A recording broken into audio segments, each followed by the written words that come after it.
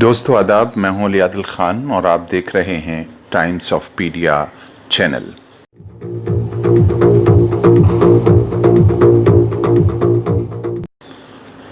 दोस्तों आज हम एक ख़ास मुद्दे के ऊपर आपके साथ चर्चा करेंगे। हमारे साथ ख़ास मेहमान होंगे डॉक्टर हिशमी जमील। तो डॉक्टर हिशमी जमील एज वॉलंटियर अपनी खिदमात दे रहे हैं, तो हम उनसे जानने की कोशिश करेंगे आज इस चर्चा में कि सुसाइड लोग क्यों करते हैं, पिछले 10-12 सालों में भारतवर्ष का क्या अनुपात आया है, क्या रेशियो आया है और वर्ल्ड हेल्थ ऑर्गेनाइजेशन इस संबंध में क्या आंकड़े रखती है। हमारा जो NCRB है, national crime record bureau, Bharat सरकार का मिनिस्ट्री ऑफ होम अफेयर्स का, वो इस संबंध में कितने आंकड़े और किसके बारे में रखता है, कौन कौन से सेक्टर्स में सुसाइडल रेट ज़्यादा बढ़ रहा है। तो आइए चलिए हम बात करते हैं अपने ख़ास मेहमान डॉक्टर हिशमी जमील। आपका स्वागत है। शुक्रिया। डॉक्टर हिशमी, सब जानते हैं कि आत्महत्या बुरी चीज़ है और बहुत सारे मज़ाहिब में, ख़ासतौर से इस्लाम में इसको जो है वो बहुत बड़ा गुनाह और गुनाह अजीम कहा है और बहुत सारी इसके बारे में रिवायत आती हैं, वो अलग पहलू है। लेकिन यहाँ हम ये कह रहे हैं कि मतलब सुसाइड करने पर लोग, मतलब सुसाइड कमिट करने के लिए लोग क्यों तैयार हो जाते हैं, क्या वजूहत होती हैं उसकी, ऐसे क्या हालात बनते हैं? तो जो गवर्नमेंट ऑफ इंडिया का मानना है सुसाइड्स के बारे में, उसमें 3 रीज़न कहते हैं उसको सुसाइड मानते हैं कि अगर कोई डेथ अननेचुरल हुई है। दूसरा उसमें इम्पोर्टेंट कंपोनेंट है कि the person has intent to die, कि उस पर्सन ने मरने की अपने अंदर एक भावना आई। और तीसरा ये है कि there must be some reason for ending the life. अगर इनमें से कोई भी एक चीज़ कम होती है तो गवर्नमेंट ऑफ इंडिया इसको सुसाइड नहीं कंसीडर करती है। तो आप समझ सकते हैं कि इतनी बड़ी पॉपुलेशन में जो अभी रिपोर्टिंग हो रही है वो बहुत कम है और उसको हम लोग जागरूकता फैलाकर, उसके बारे में बताकर इसको ठीक कर सकते हैं।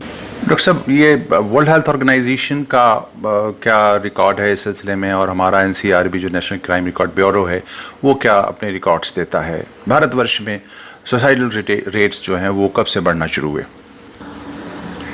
जो वर्ल्ड हेल्थ ऑर्गेनाइजेशन के आंकड़े हैं उसके लिहाज से तकरीबन दुनिया भर में एक साल में 8 लाख लोग सुसाइड कर लेते हैं और इंडिया में भी तकरीबन 2.3 लाख पीपल सुसाइड कर लेते हैं। अब ये समझिए कि जो वर्ल्ड की पॉपुलेशन में इंडिया का कंट्रीब्यूशन है तकरीबन 18% के लगभग है और सुसाइड में भी इंडिया से तकरीबन 18% के लगभग लोग सुसाइड कर लेते हैं। पिछले 2 दशकों में जो रिपोर्ट दिखाती है कि पर लाख जो सुसाइड्स हैं इंडिया में 1987 से लेके 2007 के बीच में जो 3.9% पर लाख था वो बढ़ के 10.3 हो गया है और ये लगभग जो वर्ल्ड का एवरेज है उसके बराबर है। इंडिया के जो सदर्न स्टेट्स हैं और जो ईस्टर्न स्टेट्स हैं उनमें सुसाइड की ज़्यादा परसेंटेज रिकॉर्ड की गई है। जो हम लोगों ने स्टडी की, तकरीबन 12.5% suicides are reported from Tamil Nadu. Maharashtra में भी तकरीबन 11.9% रिपोर्ट की गई हैं और वेस्ट बंगाल में भी तकरीबन 11% सुसाइड्स रिपोर्ट की गई हैं। डॉक्टर साहब, ये तो तय है कि किसी बुनियादी वजह से ही, किसी ऐसी बहुत ख़ास मजबूरी में ही इंसान जो है वो सुसाइड करता होगा और अपनी जान देने के लिए तैयार हो जाता होगा। जब उसके पास कोई रास्ता नहीं बचता होगा तो ये रास्ते मुहैया कराने के लिए ज़िम्मेदार कौन है?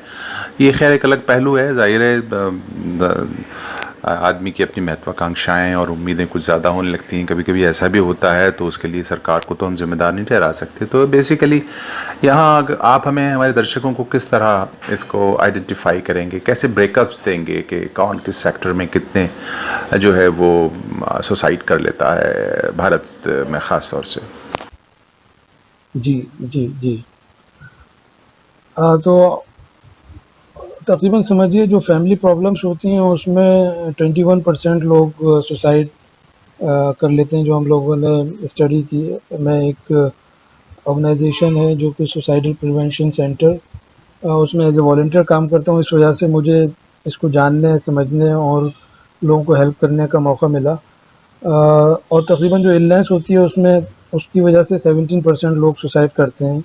मैरिज या लव अफेयर या कुछ जो हम लोगों की ऐसी प्रॉब्लम्स होती हैं उसकी वजह से 10% लोग सुसाइड करते हैं। और एक समझिए बहुत बड़ा जो पोर्शन है इसका सबसे बड़ा 27% केसेस में हमें पता ही नहीं चल पाता है कि इनके क्या एग्जैक्ट रीज़न थे, किस रीज़न से इन्होंने की। हम लोग देखते हैं बच्चों पे एग्ज़ाम का प्रेशर होता है तो ये नंबर भी तकरीबन 2% है। अनएम्प्लॉयमेंट में भी तकरीबन 3% लोग सुसाइड करते हैं। ड्रग एडिक्ट्स हैं जो नशे में हैं वो लोग भी इससे छूटे हुए नहीं हैं, वो लोग भी सुसाइड करते हैं। डॉक्टर रेशमी, आप सुसाइड प्रिवेंशन सेंटर्स में काम करते रहे हैं और आपने नेशनल इंटरनेशनल लेवल पर इस पहलू पर भी काम किया है, जहां एक तरफ आप एनवायरनमेंट में काम कर रहे हैं, वहां इस पर भी काम कर रहे हैं। जाहिर है सोशल एनवायरनमेंट को कंट्रोल करना और उसको प्रिवेंट करने का एक बहुत बड़ा काम है। तो यहाँ हम आपसे पूछना चाहते थे कि भारत सरकार या नेशनल इंटरनेशनल ऑर्गेनाइजेशन इस संबंध में क्या कार्रवाई करती हैं, कैसे करती हैं, उसके क्या नतीजे आते हैं? जी, तो सुसाइड के लिए जैसे ये 10 सितंबर है 2003 से international association for suicide prevention ने ये मुहिम उठाया दुनिया भर में लोगों को कैसे अवेयरनेस फैलाई जाए और सुसाइड से रोका कैसे जाए।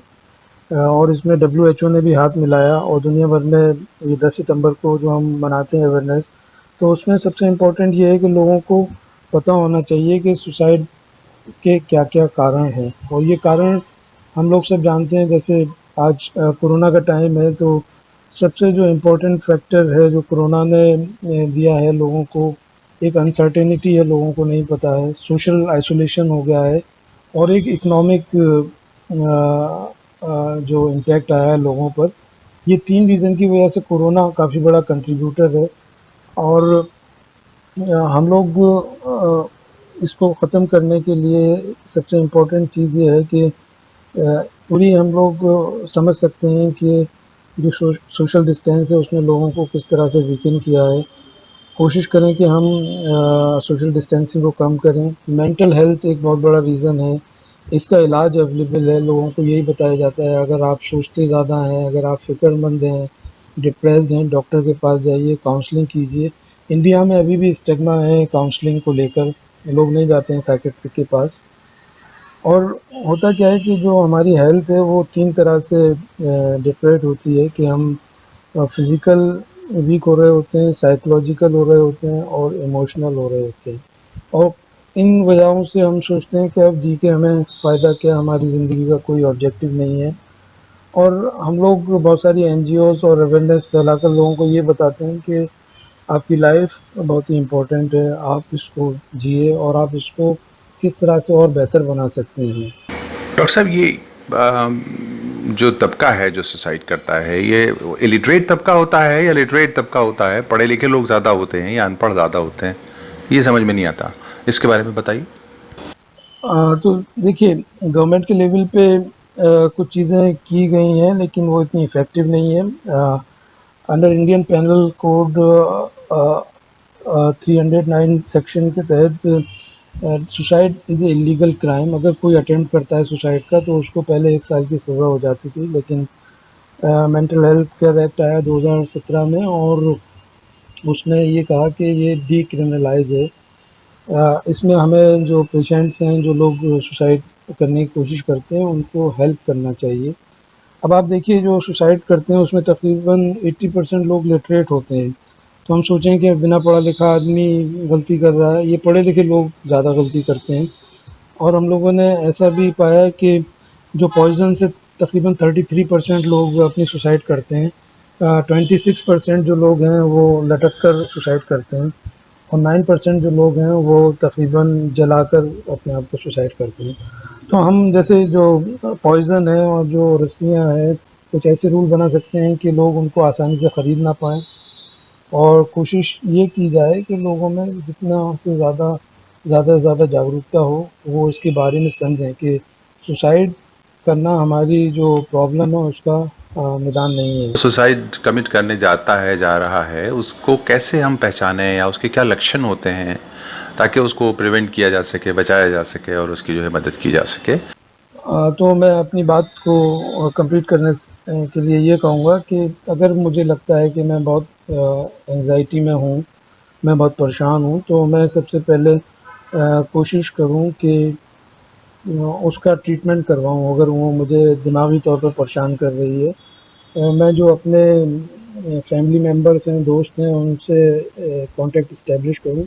बहुत सारी टाइम हम लोग अपने दोस्तों से इन सब चीज़ों को नहीं कह पाते हैं, तो हम किसी भी धर्म में या किसी गुरु में विश्वास करते हैं, हम उससे कॉन्टैक्ट करें, उससे हेल्प लें और हम ये सोच के रखें जो ये सुसाइडल टेंडेंसी है, ये एक टेम्परेरी स्टेट ऑफ माइंड होता है, ये कुछ टाइम के लिए होती है और उसको पहचानने का सबसे आसान तरीका है कि जो आदमी अगर सुसाइड करने वाला है वो उसका बिहेवियर बड़ा चेंज हो जाएगा, वो लोगों से मिलेगा नहीं, लोगों से बात करना पसंद नहीं करेगा, छोटी सी बात पे गुस्सा हो जाएगा, नशा करने लगेगा, सोना ज़्यादा शुरू कर देगा। तो ये बहुत छोटे-छोटे से ऑब्ज़र्वेशंस हैं जिनको हम देखकर आसानी से अंदाज़ा लगा सकते हैं।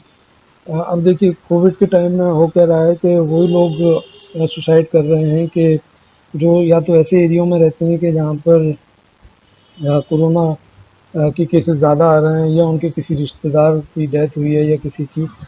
और तीसरी सबसे इम्पोर्टेंट है कि उनका रोज़गार गया है या उनकी फाइनेंशियल चीज़ गई है।